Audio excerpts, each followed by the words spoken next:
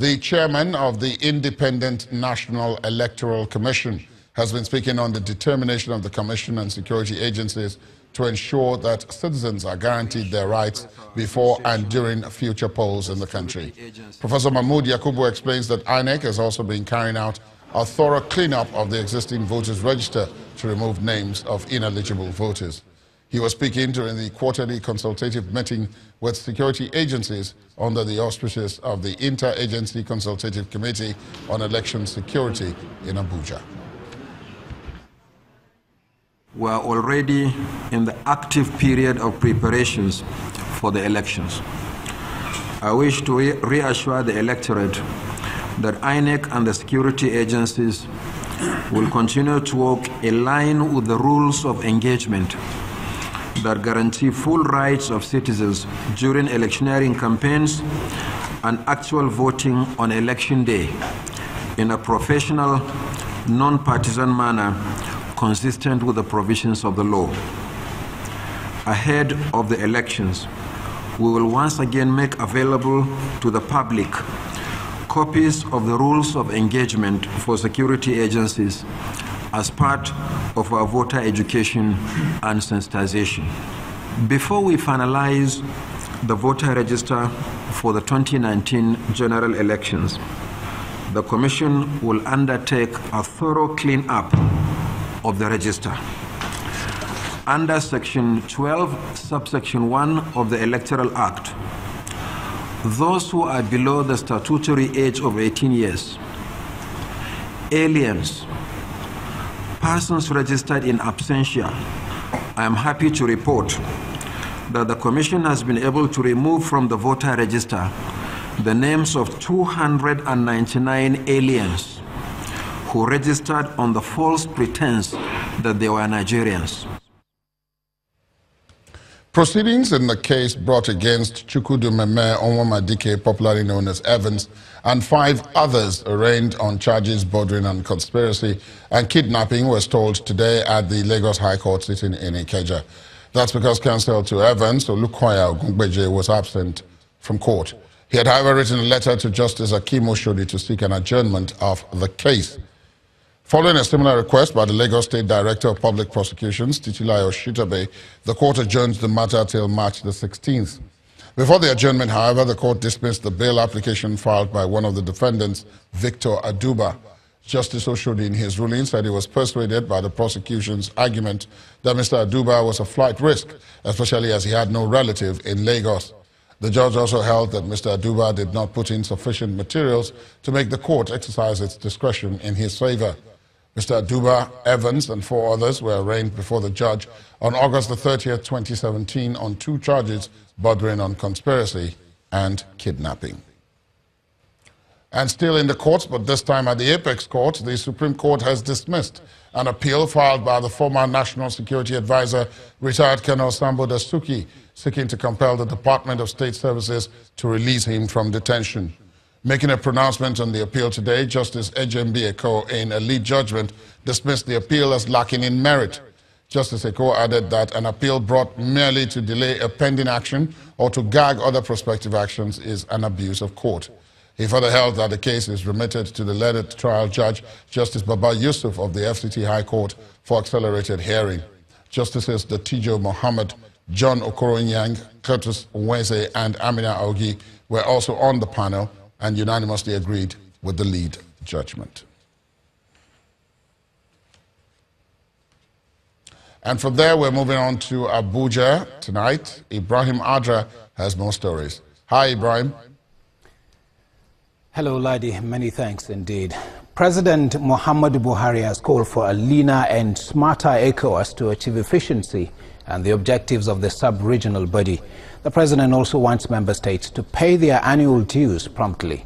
The Nigerian leader spoke when he received the new president of the ECOWAS Commission, Mr. Jean-Claude Brou, at the State House in Abuja, pledging to support him in discharging his new assignment. Mr. Brou promised to work towards addressing priority issues such as common currency and restructuring of the organization. The federal government's presidential initiative on fertilizer is targeting production of 1 million tons of the farm input in 2018. The target is expected to help the government secure and sustain the program in view of its impact on Nigeria's quest for self-sufficiency in agriculture. The presidential initiative on the fertilizer made the pledge to boost fertilizer production when they met President Muhammadu Buhari at the villa. President Muhammadu Buhari praised the progress recorded so far, noting that it is obvious that stakeholders have put the interest of the nation before self. He assesses the fertilizer distribution last year. Unlike in previous governments, where trucks conveying fertilizer would miraculously disappear in transit, in 2017, none of the 3,333 trucks that participate in this program went missing. He is also impressed with the Nigerian Sovereign Investment Authority for pushing funds into the nation's rural economy. Unless we create an inclusive and diversified economy, the progress of our country and its future generations will always be held hostage by external factors such as global oil prices. The government is, however, worried that the gains may be rolled back by the activities of smugglers from neighboring countries. Minister of Agriculture provides solution. Too much rice, too much fake fertilizer still coming across the borders into this country. In spite of the memorandum of understanding we have with them, they are not listening. Maybe if we take one tough action, they'll come and renegotiate the terms. Because good neighborliness means reciprocity. We can't be allowing them to survive at our expense. The chairman of the Presidential Fertilizer Initiative says plans are on to expand the program by increasing blending plants in the country. He spoke on the e-wallet system inherited from previous administration. We are saying fertilizer is being sold at 5,500 and without no single subsidy, and is available for every farmer to buy. So the e-walleting system is no more useful as far as this process is concerned. Governor Badaru says there is a possibility that the nation will consider exporting fertilizer once it has enough to take care of local consumption. From agriculture to energy, the European Union and Germany are committing 33 million euros to the second phase of the Nigerian energy support program. The support was announced by the Minister of State for Power, Works and Housing, Mr. Suleiman Hassan, at the launch of the second phase of the program in Abuja. The project supports the federal government on how best to provide reliable and sustainable electricity to rural communities in Nigeria. Our correspondent Kayla Megwa has this report. Sounds of generators are reminders of the poor state of electricity in the country. The government is exploring every opportunity to improve electricity. With this partnership with the European Union and the German government, the federal government is implementing the Nigerian Energy Support Program, which has provided electricity to rural communities in 6 states. On behalf of the federal government of Nigeria, launch the beginning of the NESP2, which has a joint financing of 30 million euro with the European Union contributing 20 million euro and the German government contributing 10 million euro, and the NESP2 has a timeline from 2018 to 2021. The first phase started in March 2013 and ended in December 2017 with a budget of 24.5 million euros. A policy framework for rural electricity regulation was designed during the phase. In the second phase, 33 million euros will be spent on supporting project implementation within the framework, among other targets, which also includes providing more rural communities with electricity. We have been, through the effort of all of us here, commissioned 6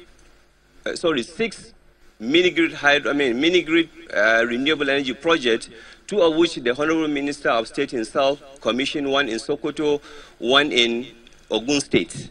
So we are reporting here that so far those targets of 10,000 individuals have been achieved.